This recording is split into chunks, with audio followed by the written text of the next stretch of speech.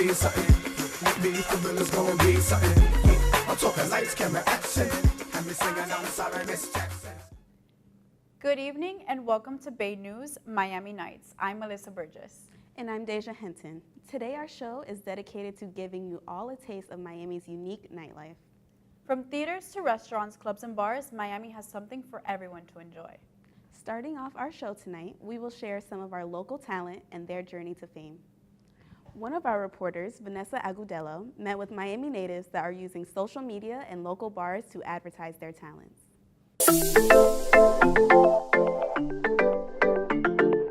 Giant murals, street art, coffee shops, bars, and galleries everywhere. If you think this is Wynwood, think again. Just north of Fort Lauderdale, a neighborhood with many upcoming artists known as Fat Village, Flagler Arts Technology, or FAT, is a playground for millennials, talented street artists, and all art lovers.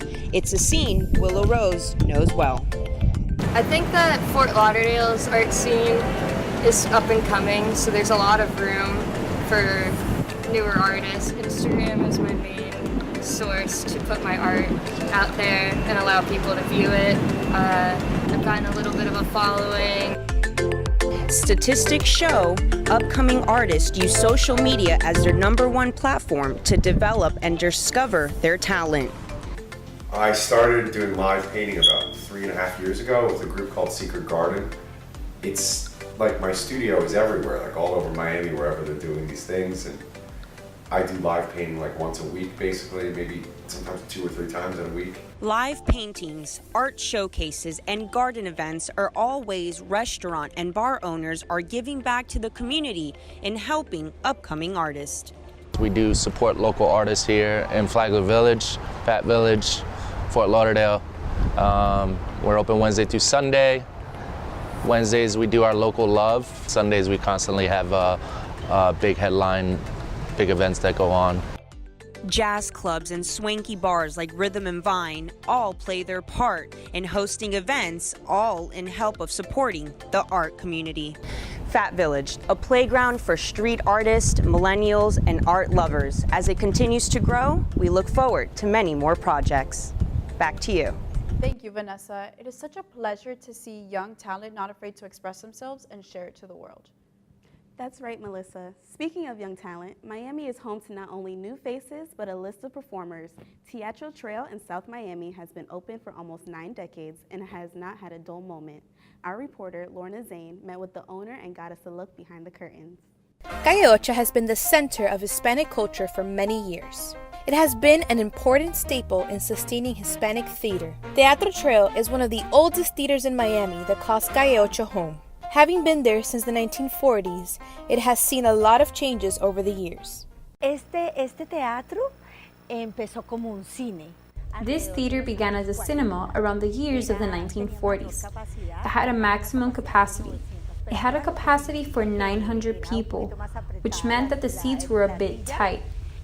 It is called Trail because it was so far out and it was where the street of Calle Ocho ended. Hispanic theater has remained successful because of its diverse audience.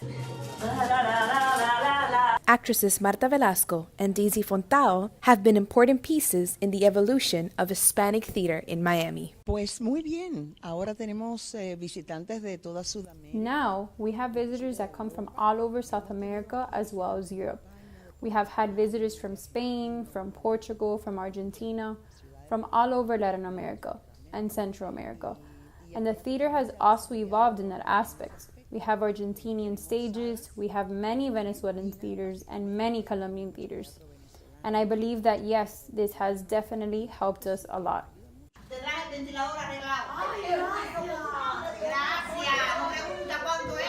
Teatro Trail's acts are so unique and has such a diverse audience that director Marisol Correa believes it will succeed and evolve anywhere they take it.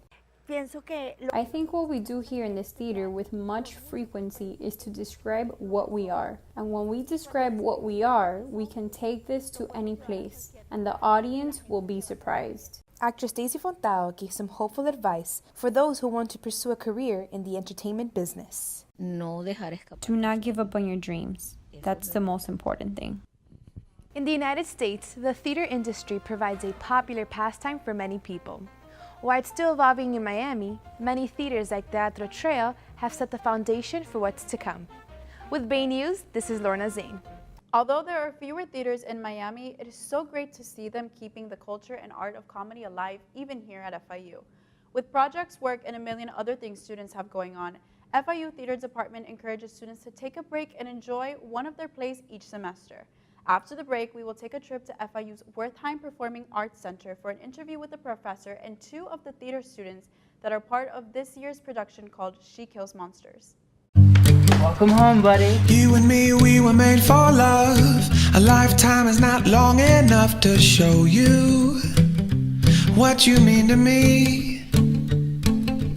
Ooh, I'll be waiting here for you when you come home to me. I'll see you later, buddy.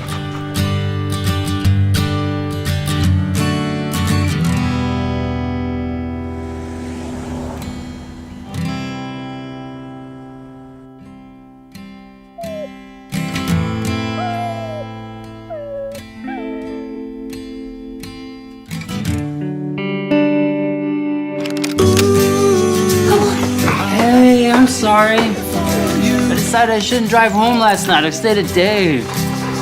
Ooh, when you come home I'm back. I'm back. to me. Yeah, I'm back. Every semester, the FIU Theater Department produces plays directed by their professors. Today, Tony Galaska, director of the play She Kills Monsters, is here with us to talk about the play opening April 13th at the FIU Wertheim Performing Arts Theater. We are also joined by Brandon Urrutia, assistant director, also playing Steve the Adventurer, and by Isidora Miranda, who plays Farrah the Fairy. Thank you guys for joining us today. Thank you. So, Tony, can you talk to us a little bit about your background in theater and what initially made you pursue your career in theater? So I started doing theater in high school a little bit. Like my junior year of high school is when I originally started. And then I really didn't know what I was going to do with my life going into college. So I went to a 2-year school and I pursued my associate's degree because I really had no idea. And while I was there, I started doing theater to meet people, to make friends, just as a social activity, just carrying over from high school. And the TD there, the technical director who builds the scenery, does sort of all the backstage stuff, he and I were good friends, and he sort of said, you'd be really good at this, you should consider making this your career path. And this is actually the first production that I'm directing here at FIU. Yeah. Cool. So how do you feel about that? It's been great. I think She Kills Monsters is such a fun play, and as soon as I read it, in my mind I had decided I needed to direct it and be much more involved than just as a lighting designer. I wanted to sort of take the helms of the play and really sort of run with it and direct it. Can you talk to us a little bit about the play? So it's really a story about these two sisters. One of them dies at the beginning of the play, right at the beginning, and the play doesn't dwell on that, it's just a fact that happens. And the rest of the play is the sister that's still alive. She goes to start sort of sorting through her sister's stuff and finds a Dungeons and Dragons module, like an adventure, and she takes it to a gaming store and has this guy run it for her. And what happens through that adventure is it basically comes to life on stage. We see Tilly, the sister that is no longer alive, come to life through this adventure. And it's really the story of these two sisters coming together and learning about each other and all the things they didn't get to experience in life together. And the sisters making a connection and a bond there that, through the game that they didn't get to. Cause I'm feeling like I'm running and I'm feeling like I gotta get away. Better know that I don't and I won't ever stop. Cause I gotta win every day. She didn't really wanna pop me. Just know that you will never flop me. And I know that I gotta be a little cocky. You ain't never gonna stop me. Every time I come in, then I gotta set it, then I gotta go, and then I gotta get it, then I gotta blow, and then I gotta shut it. Any little thing, and then I think it be doing, cause it doesn't matter, cause I'm gonna dead it. Doritos Blaze, a bold new flavor that brings the heat.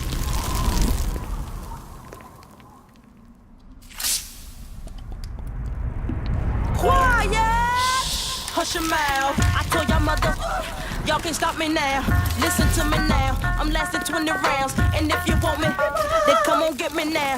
Is you with me now? Then biggie bounce. I know you dig the way I switch my style. New Mountain Dew Ice, a clear, refreshing lemon lime dew.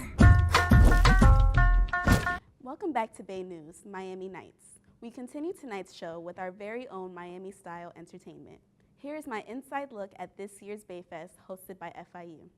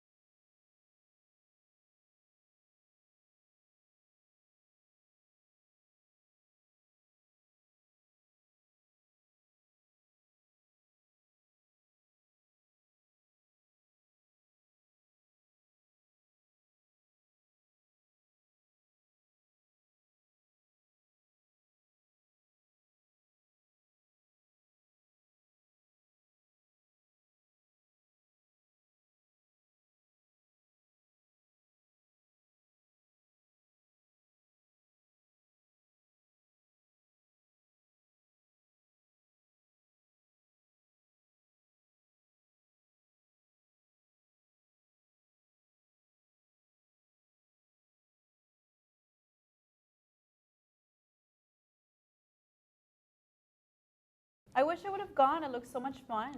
It was, Melissa. It was nice to see local artists have their time to shine. For more events like this, check out FIU's online calendar. Miami has a way of making every night a ladies' night. Our reporter Dave Drucker investigates why. Let's take a look. Hi, I'm here in Wynwood in the heart of Miami, one of the most popular clubbing areas in all of South Florida. And everybody here knows that ladies drink free at least a few nights per week. So my question is, what about the guys? I went and interviewed local men in the area to find out what they think about this situation. At least one night in the week, wouldn't that be right? At least one night in the week. We'd make it like a Wednesday or something. Yeah, definitely. Why? Because we pay for everything. We need a break. I'm tired of these girls smooching out of us and getting everything for free. So yes, we should get at least one day out of the month, at least until midnight, right? While the men we interviewed thought a guys drink free night might be a good idea, the girls we interviewed were quite split. Of course, yeah. Because if the girls have it, why can the boys not? But to the restaurant or bar, it's not like a good way to do it because the girls drink lowest than the guys. So I definitely think that it's not a guy drink free night anywhere because the simple fact is guys just don't know how to drink and go back home. They drink and want to drink more and party, and then one thing leads to another. Then when they go home, they have to do more explaining than the female. If girls are able to have a free drink night, then I feel it's only fair that guys have a free night too. And we need to brush up on equality as well. To see if a guys drink free night would really work in Miami, we asked an expert in the industry, Professor Fagenheimer, who teaches nightclub management at Florida International University. Men go where there are women. It's an easy marketing piece for us as operators. If I only have to offer free drinks to one of them, I'd rather offer free drinks to a 100-pound girl instead of a 250-pound guy. And when the girls come, because there's free drinks, obviously the guys follow. Guys will go to where there are drunk women. I'm not so sure that women would want to go to places where there's a bunch of drunk, belligerent guys. That's all for Bay News, Miami Nights. Thank you for joining us. My name is Deja Henson. And I'm Melissa Burgess. Good night, Miami.